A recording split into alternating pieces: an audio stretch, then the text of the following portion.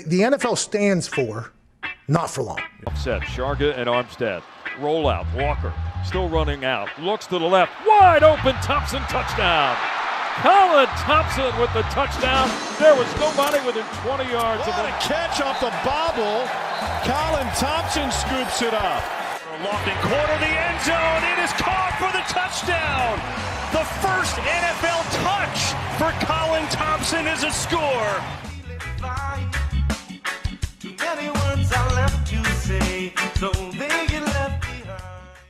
What is going on, everybody? Welcome back to another edition of the Colin Thompson Show.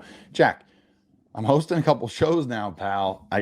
You got Sirius, this, that. I'm very blessed. And I appreciate everybody's support with the latest Sirius endeavor. I'm struggling with the opening now, Jack. There's a lot of different things we got going on, which is a good thing.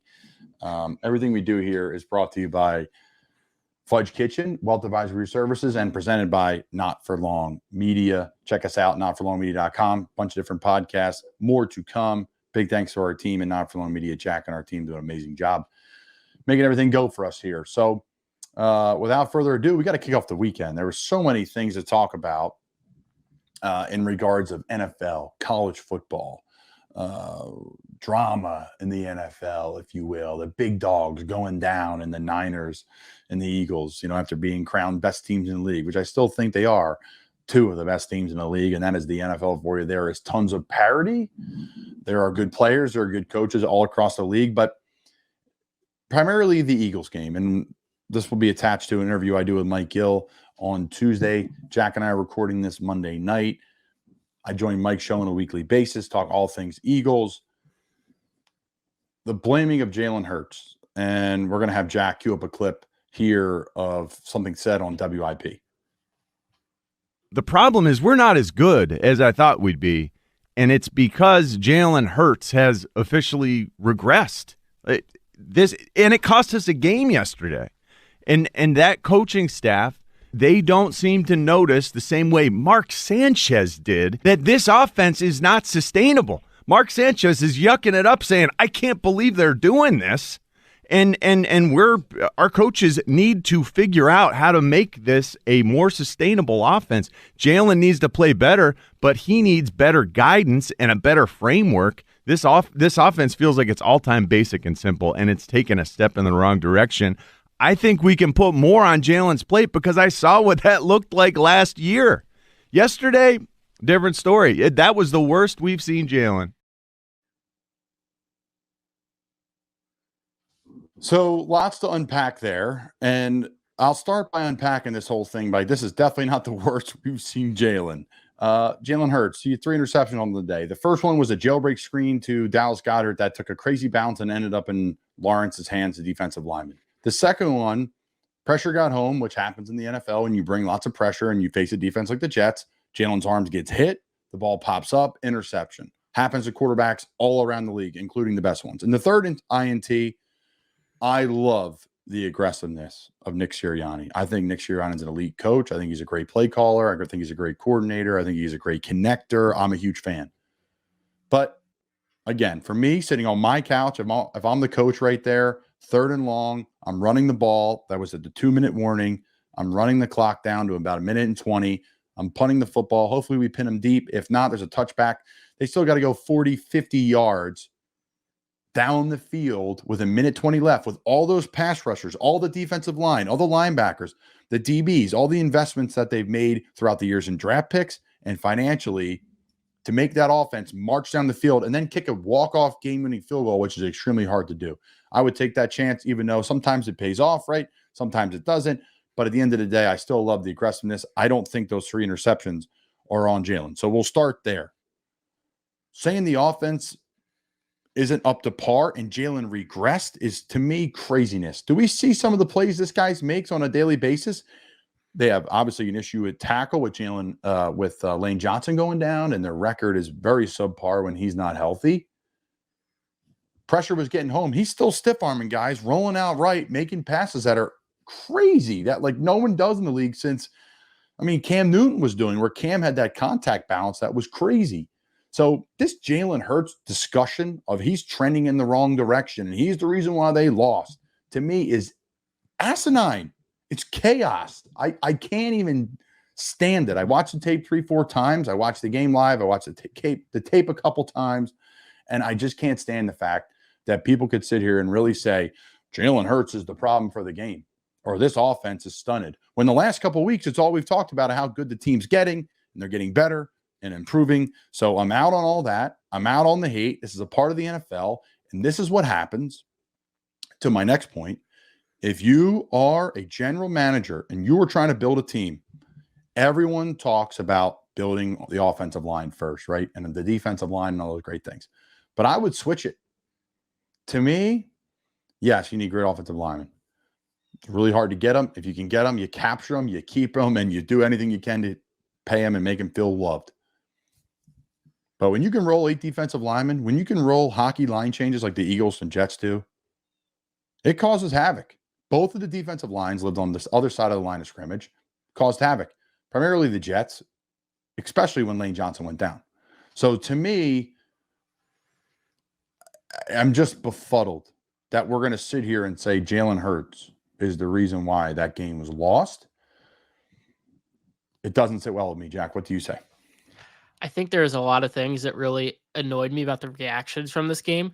First off, it seems like every positive thing about this team was thrown out the window in the public opinion. First off, this defense did not allow a single touchdown unless you count that one they literally meant to give up to Breece Hall at the end.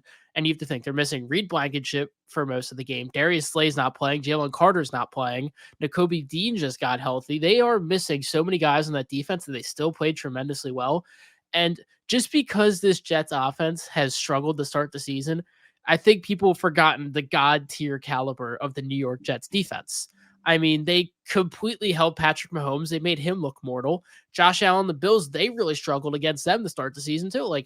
You also have to think, like you mentioned, on the right side, Jack Driscoll, who's primarily a guard, is starting out to tackle because that's what they have to do.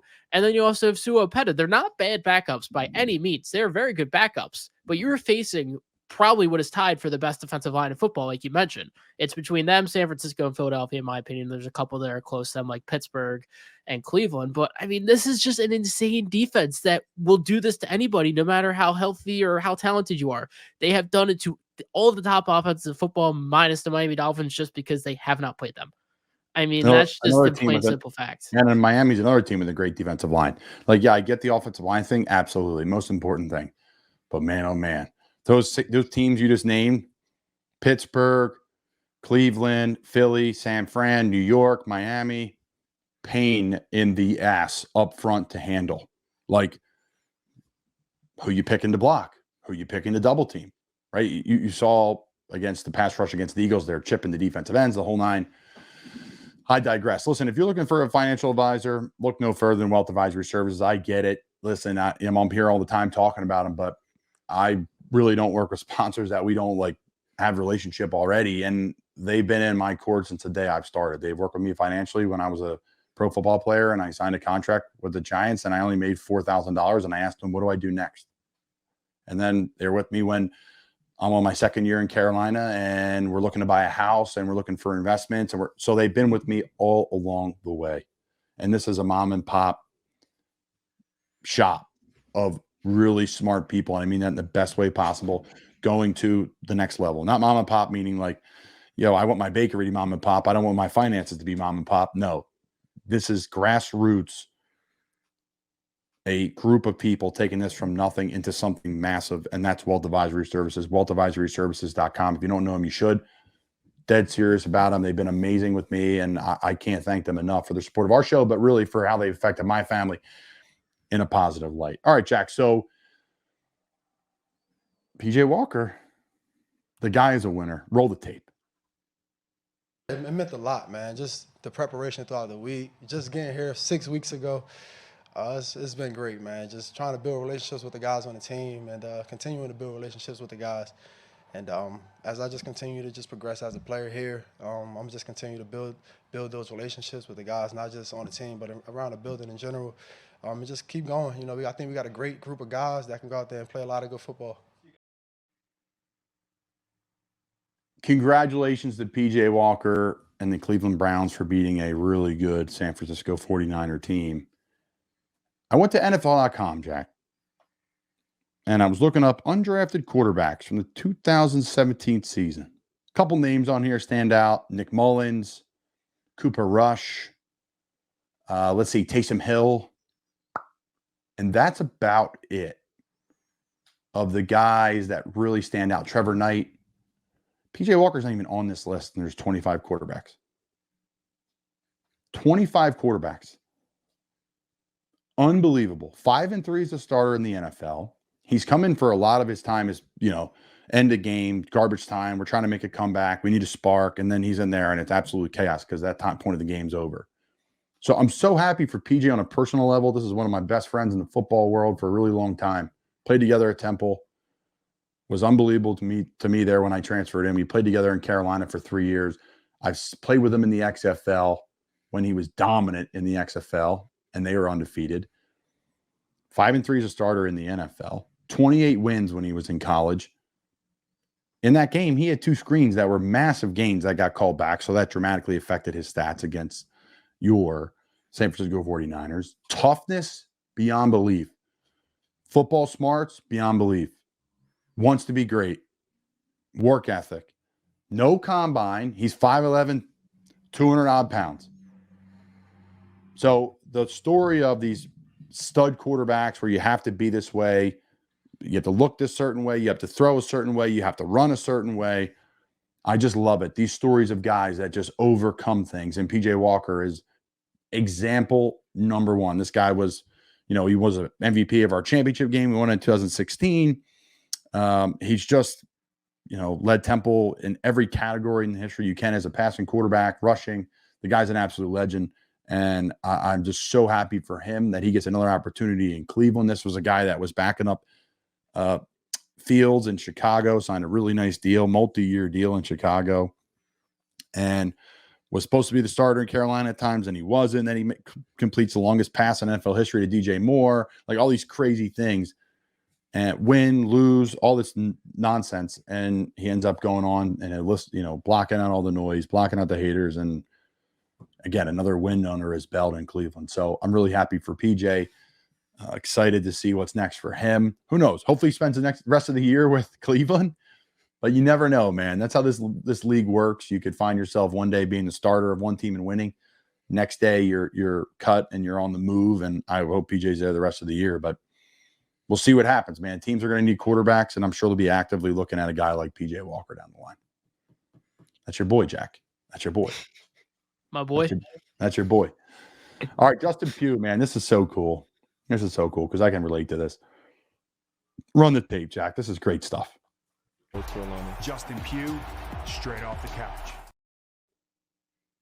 Again, Jack, for people at home that didn't hear it. Justin Pugh, straight off the couch. All right, so Justin Pugh, 121 NFL games played.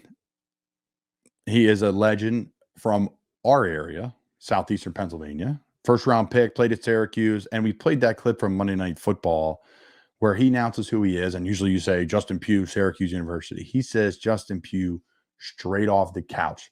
What does that mean, folks? Tear your ACL early in the season last year from the Cardinals. Get cut. Don't go to training camp. Train your ass off. Get in shape. Stay in shape. And just about a year later, here he is starting against one of the best defensive lines in the NFL, where he starts the game at guard and everything's good. And he's in there and they're announcing him and they're talking about right off the couch and all these great things. And then all of a sudden he has to move the tackle and face Von Miller, Leonard Floyd, AJ Epinenza, Greg Russo, all these studs, Ed Oliver, that they have to have. And I give him a ton of credit. He played tough as hell. Obviously the snap count thing and the cadence and how loud it is in Buffalo to go snap count. And you got to peek at the football. And then that's Von Miller, if you noticed, was jumping the snap every time because they weren't really going on two with a silent cadence. So Von was just taking the chance and jumping. So I thought Justin looked great. To come off the couch, which I'm doing right now and just training to figure this thing out. And hopefully there's people out there watching your tape and hopefully you sign and hopefully there's an opportunity.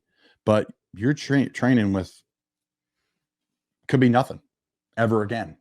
And that's really hard. And I've done it my whole career. There's always been someone come knocking. And one day people won't knock anymore. And I'm okay with that. And I've trained, my ass off. I played my best football not too long ago in August, all the way through training camp. So I'm excited for what's to come. But I understand what Justin's doing. I will be buying a shirt right off the couch. You literally, guys, are coming right off the couch into the weight room, running, lifting, all these different things, trying to mimic football activities. And then you're going into the hardest thing to do in the world that you've worked your whole life to do, to go play in the NFL. So shout out to Justin Pugh. I will be buying a shirt. Jack, you're not right off the couch, though. You are dialed in. Lots of things going on. And you're a stud. Are you on the couch, Jack? Are you a couch napper, Jack? Do you nap on Sundays? I don't see you as a napper. I see you as like a fidgety guy.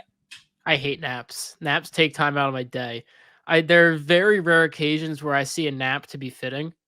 The only time where I see the optimal nap is like when you get back from the shore, like if you're down the beach, if you like get back to your beach house at like 3-4 o'clock and you're not going out till like 6 or 7ish to the boardwalk or whatever, perfect time for a nap. That's pretty much about it in my mind. Okay, sun took it out of you. You're a little tired from, Yeah. A little body surfing, whatever you're doing. You're tired. You've been eating, hoagies on a beach all day, maybe a Wawa, iced tea. Any day I don't take a nap's a bad day. Any day is a bad day. At least a 15-minute. Right before the show, I took a little 10-minute snoozer just to reset the mind. Now I am running around like an idiot. I am working out for 3-4 hours a day. It's a little bit different, but completely agree. So we touched a little bit about the Eagles. We talked about our boy, friend of the show, PJ Walker. We talked about Justin Pugh, someone I looked up to tremendously on my career, worked his camps. He's a great guy. Before we get to the XFL, I want to talk about the Fudge Kitchen. Yes, the Fudge Kitchen. Everybody knows it. Shipping fudge, and you can all say it. Sweet treats across the country. FudgeKitchens.com. The best. I had some of the, Jack, chocolate-covered pretzels. First time. They're big now. They're not the little guys. Unbelievable.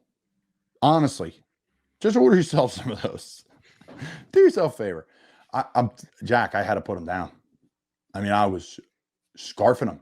I mean, it was unbelievable. So shout out to those guys, FudgeKitchens.com. They'll ship them right to your house, right out the back door. They make the fudge. It rests. They cut the fudge. They put it in the box. They put that wax paper that preserves it. It's unbelievable. Ships right to your house. Check out FudgeKitchens.com. Shipping fudge and sweet treats across the country. Going to a game this year, Jack. SeatGeek, promo code Colin Thompson. That's always a pretty good one to punch in. I'd punch it in. You get $20 off your tickets, $50 or more.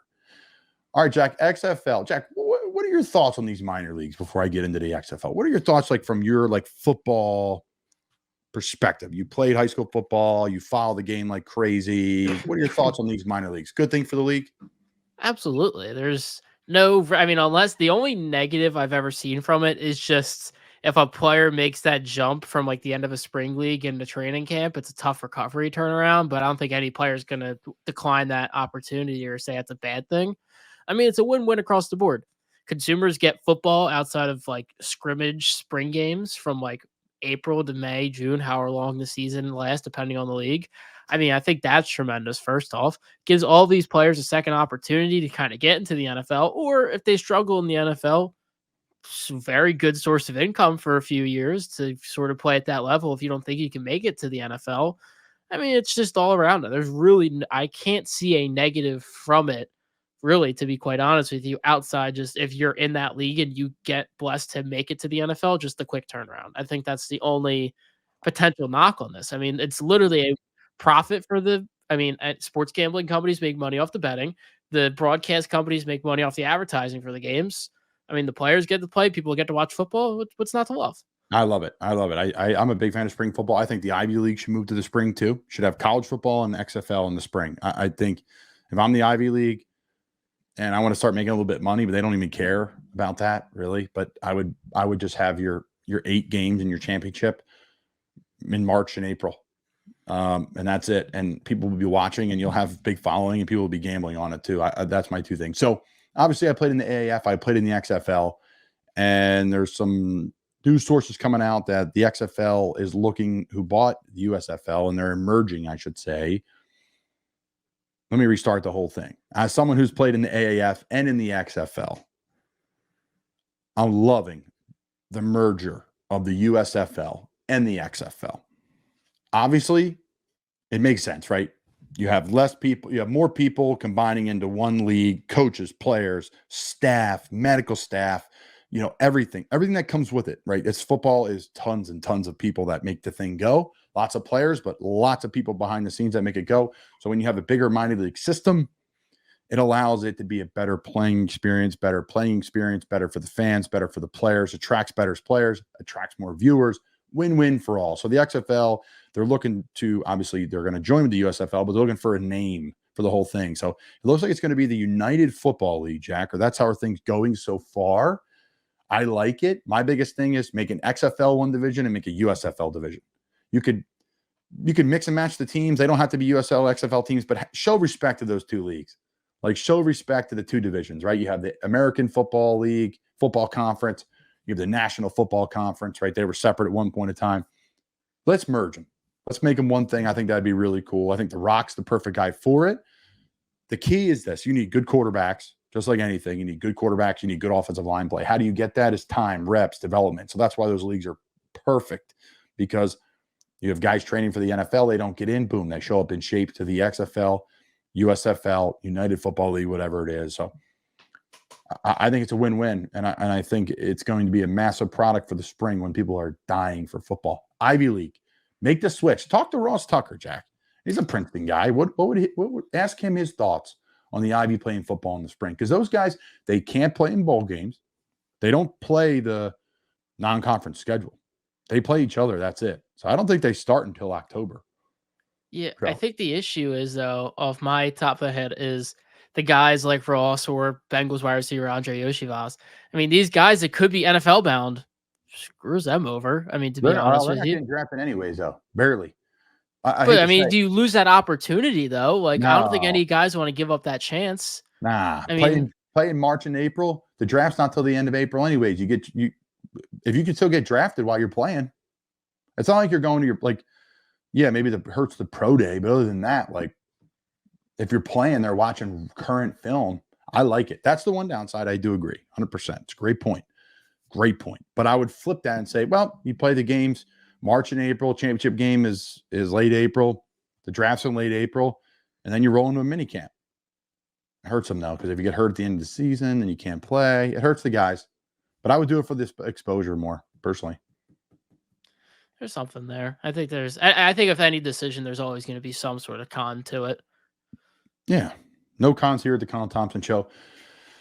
Really appreciate you guys supporting our media company. I'm excited to send it over now to Mike Gill from 97.3 ESPN, where we're going to talk all things Eagles. So if you don't like the Eagles, flip it off. But it's always good banter, and I try to bring a player's perspective when I'm talking about the film, not like, oh, the Jalen Hurts played bad.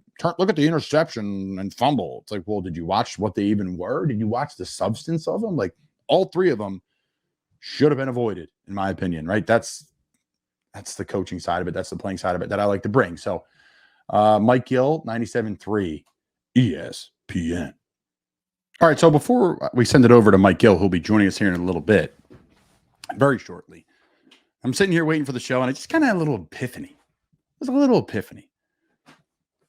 This flag football thing, this is a really big deal for the NFL. In the NHL, they've blocked players from playing in the Olympics. Is the NFL going to block NFL players from playing in the flag football Olympics? If I'm a bottom of the roster guy, if I am a player who is on the team, but, could be looking for another opportunity, or if I'm a stud player, why would I want to go play for Olympic gold? I could say I literally won a gold medal in the Olympics. So I think something to keep an eye on here, what could happen is there could be dream teams built where a quarterback may go play. I'm assuming these are the Summer Olympics. You're competing in, June and July. Why not? Right before training camp, you're in shape, you're throwing the football, you probably have games every couple days, you're not getting hit. It's the easiest version of football. It's 7-on-7 the whole time, and no disrespect for the sport, but you're not getting hit running across the middle. So interesting stuff here, and it's something to keep an eye on. The NFL getting together, maybe putting a team out, representing the country, because, hey, football is our sport in America. we need to leave absolutely zero doubt that someone could ever compete with us in that sport. So if I'm the NFL, I get ahead of it and saying, yes, we'll be putting a team together. There'll be tryouts. There'll be a coaching staff. There'll be whatever. And then we should run that team off the map. I would love to see some of our players playing in that, being paid by the NFL, and then have the opportunity to be protected by the NFL if something happens and they get hurt. Fun stuff here. Let me know who your dream team would be. Give me 3 wide receivers, give me a tight end, give me a quarterback, and give me a running back. They have to play defense too. Keep that in mind. He blames Nick Sirianni for the Eagles' loss on Sunday. Who does NFL tight end Colin Thompson point the finger at? Colin Thompson Show on Not For Long Media. We are live on a Tuesday right here as the Eagles fall to the Jets, CT. And we got questions. You watched the film. We're going to ask you what you saw. But Joe Fortball, he said he blames Nick Sirianni for the game. So we'll start right there as we look at the game tape from the Eagles game. Why did the Eagles lose that game on Sunday against what many people think is I don't want to say they have a good defense, not an inferior talent, but the Eagles were a 7-point road favorite in the game. So obviously people look at the Eagles as a better team than the Jets. So why did the Eagles end up losing that game? What did you see? The NFL, and it's boring, and you're not going to get the answer you want driving up the Parkway North, to get yourself a cheesesteak somewhere, getting ready for the Phillies game tonight, Mike. But you in football win as a team and you lose as a team. There's 20 different examples and pivotal moments in that game that change it, right? You mentioned the third down there, right? It's 3rd and long. You run the clock down to a $120. You run the football. You may get it. They convert a lot of 3rd and longs running the football, the Eagles, because the teams drop back and do a lot of coverage because they got great wide receivers. You punt the ball and you make Wilson drive 60 yards for a game-winning field goal drive. There was one situation that I think the Eagles would want back, right? Smith, who never drops ball. Devontae Smith. Hello, how are you? Devontae Smith. 2 major drops, the RPO, the ball over the middle. Gainwell, didn't play his best game on a couple of things, right? You could pinpoint all these different things. O-line injuries, right? An interception that bounces off somebody on a jailbreak screen that should have went for a touchdown from Dallas Goedert. A great play against big pressure from the Jets.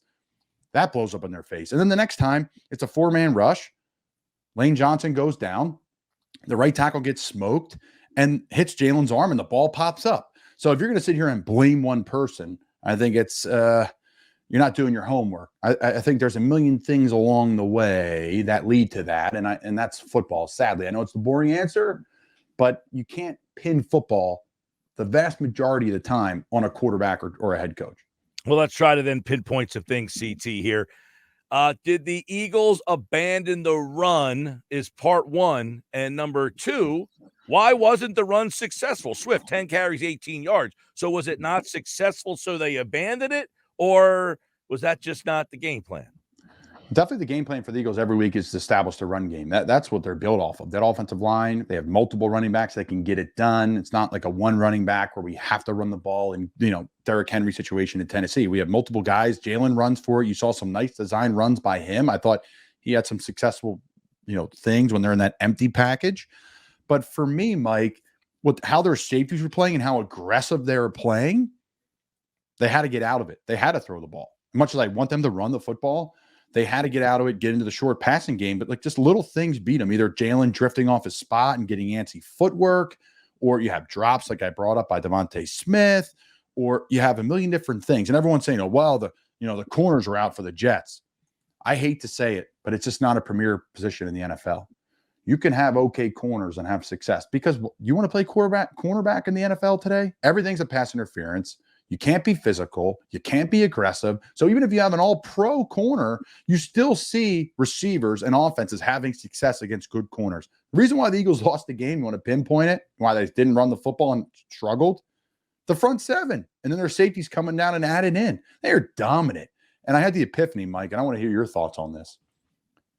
Do you invest in an offensive line or do you invest in a defensive line? Because I'll tell you what, now it's great to invest in both, and the Eagles have. But I think I've had an epiphany where I've swapped. I'm now all about the defensive line because here's why. More of them They grow on trees. Offensive line wise, there's a cliff that drops, and you see it when backups come into the game. Like, it's miracles when a backup will play really great. It's hard. It's really hard. You got to take somebody against their will and move them against their direction. So for me, defensive line wise, if you have a bullpen of guys that come through, like the Rams, Aaron Donald, it's the only defensive lineman you can name on the Rams. Where before, Von Miller, Leonard Floyd, you can name multiple guys. Now it's a one-trick pony. Not the same year stat-wise. The defensive line for the Eagles, defensive line for the Jets, they get after people. The Browns, you saw them upset the Niners. Why? Their D-line's unbelievable. So I'm going to change it, Mike. I want to hear your thoughts. I'm going to go all in on the D-line. I like the D-line as well because, for a couple of reasons. One, there's a lot of bad quarterbacks or mediocre quarterbacks or quarterbacks that have problem when there's pressure. So if you can constantly get pressure, you have a chance to compete. You have a chance to cause turnovers, mistakes, and make things happen. And that's one of the things. The Eagles are not known to have these. Now, I guess you put money in Slay and Bradbury. They do have two good outside corners. No doubt. Play this week, but having that pressure constantly. And I guess you would say now this is tough because in the Super Bowl, the Eagles got no sacks, right? And they have this great defensive line, and it didn't get the job done. I think it's a little bit of coaching, though. You get the ball out, Mahomes, that situation, right? That's the coaching aspect that we talk about. The attack. Let's go to my next question I have for you then. A lot of people calling out Brian Johnson. They don't like the game plan. They don't like his play calls. Is Brian Johnson to you part of a problem here? Because I bring this up. We talked about this yesterday on my show, Colin Thompson. The Eagles have Jalen Hurts, A.J. Brown, Devonta Smith, Goddard, Swift, and probably the best offensive line in football. For sure. Miami's got Tua, Tyreek Hill, Waddle. They don't have the best offensive line in football. Their running game has been injured. A chain's been very good. He's hurt. Mostert's hurt. So why is it the high-flying Dolphins and the Eagles are a little clunky? Okay, so lots to unpack there. I'll be brief as possible. So Niners, Dolphins, right? They run the same offense. They run the same thing. The offense that Matt Schaub was a Pro Bowler in, the offense that Purdy is a Pro Bowler in, the offense that Tua's a Pro Bowler in, right? Like, there's limitations to all those quarterbacks, but some are better than others. But they're going to run a ton of outside zone. They're going to run a ton of play action. They're going to run a ton of misdirection, bring the zoom and guy across here, do this there. That's their style. The Eagles play a certain style. Kansas City plays it. Chicago used to play it with Matt Nagy. Doug Peterson played it. And now they have the same thing with Nick Sirianni. That's why when Nick came over for the Colts, I'm like, wait, Doug Peterson just ran the same thing, which is fine. It's a great offense in the NFL. It has success. We've seen in Kansas City. You see in Philly every week. Listen, I think, guys, you just chalk this up to we had some injuries. We made some mistakes here and there. The ball didn't bounce our way, and that was this loss. I know that's not acceptable in Philly. I get that, and that's what makes the fan base and the team awesome to root for. But I don't think the OC is the issue. It's the same game plan every week, guys. What are they going to give us defensively? So what they were doing defensively was they're getting home with 4 guys. They're getting home with 4. They don't have to pressure. Yes, they bought pressure, but we can drop, 7 and get home with 4. We can bring 5 and then play a zone coverage behind it. So I think that's what the difference was, is when Lane Johnson goes down, we all know the record. Okay, well, and at that point, I want to ask you this.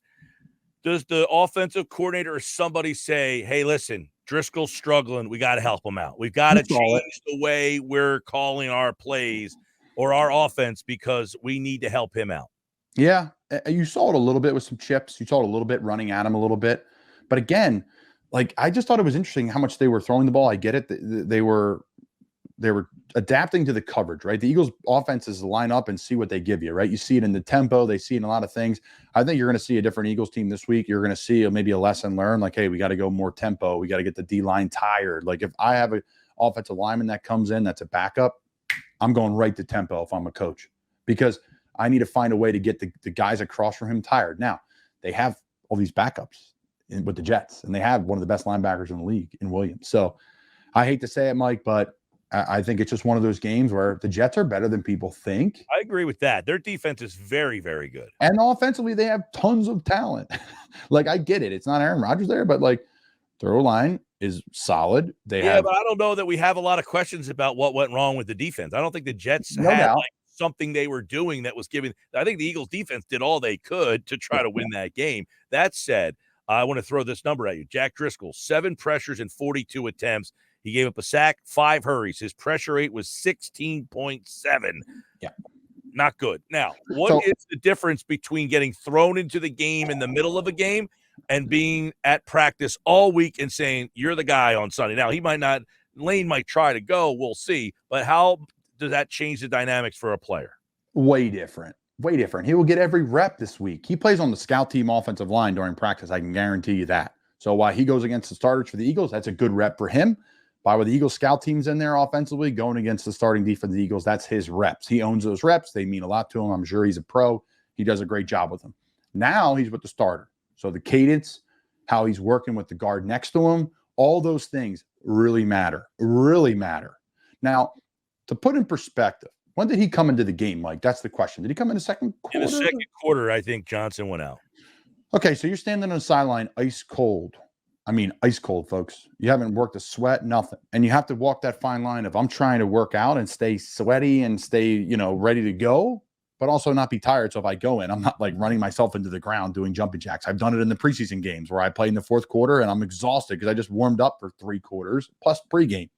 So there's that battle. And then you're coming in and you're not just facing some run-of-the-mill defensive line. Like you're talking about top 3 defensive line in the league. Like dudes, and the guys behind them are dudes. So it's so hard to come in and play. It is so hard. Usually it takes guys like a quarter to get moving. And now you got to come in and play right away and replace the best right tackle. He'll be a Hall of Famer. He'll be an Eagles Ring of Honor member. Like this isn't like some guy you're replacing. Well, it needs to be about what happens when he goes out. Yeah. I mean, I think what happens when you go out is you got to change the game plan a little bit. But at that point of time, like, hey, man, the wheels are rolling down the tracks. Jack, you know what you're doing. We trust you. You got to go make the plays. That's the bottom line. Like at the end of the day, yes, the coaches have to help you. But at the end of the day, I'm a man. I get paid to do my job. I have to do my best to do it. And he hung on. He did it. I get the numbers and the pressures and all that. But, he hung in there tight and he'll be better this week because of it. Colin Thompson, NFL tight end from the Colin Thompson Show on Not For Long Media. The Jets secondary was banged up. Why weren't the Eagles able to take more advantage of that? You got AJ Brown, Devonta Smith. Why can't you take advantage of that? Well, at times you saw it, right? Some guys were running wide open. Devontae, that ball over the middle, drop. He had the RPO, the slant, drop. That guy's got surest hands as you've ever seen. He's a great receiver in the NFL. Why, Mike? Because they can't get it there. Because there's only, especially later in the game, right? The 4-man rush was getting home. So they're dropping and they're playing zone coverage. It's not just those 2 corners. You got safeties over the top. This is a defense that plays really well together. It's the same defensive family from the San Francisco 49ers. So why they're not picking on them, they weren't just running pure man-to-man every rep and saying, okay, you got to guard Jalen, you got to guard Devontae. It was a good mix of both. And when they would mix both, they would bring pressure different times. So Jalen was uncomfortable. And I think that's been a little bit of what I've seen all year watching the tape is I didn't watch much of the tape last year, so I don't know what Jalen was like. But I see a little bit of uncomfortability with his footwork, and I see him drifting a little bit. I see him moving a little bit. And I don't know the quarterback position like the back of my hand. I admit it. But I know in anything you do, if there's any bit of insecurity, if you will, how are things going, you're going to struggle. So he'll be fine. They need to shore some things up. They need to get back to the tempo. I think that's when they're really good. And they're going to pick right back up where they left off. Now, it's a great test this week. Great test. I mean, this is ideal. This shows the identity of the team. You're going to see the identity of the team. You're going to see the identity of the fans. You're going to see everything you want to see at the link on Sunday night. Colin Thompson is the host of the Colin Thompson Show on Not For Long Media. You can check out all his social media platforms, and we are live every Tuesday right here. And, of course, you can listen on the Sports Bash live on 97.3 ESPN. And the Colin Thompson Show is back on Not For Long Media. CT, go Phils, baby. Go Phils. You're the best, Mike. Thanks for having me on again, brother. All right, buddy. We'll see you. Colin Thompson's back next week. We'll recap that Eagles-Dolphins game, which will be getting the Sunday night football attention. And, of course, you can check out Colin Thompson on Not For Long Media. I'm Mike Gill. This is the Sports Bash live on 97.3 ESPN and the 97.3 ESPN 3. Oh, including on the other side,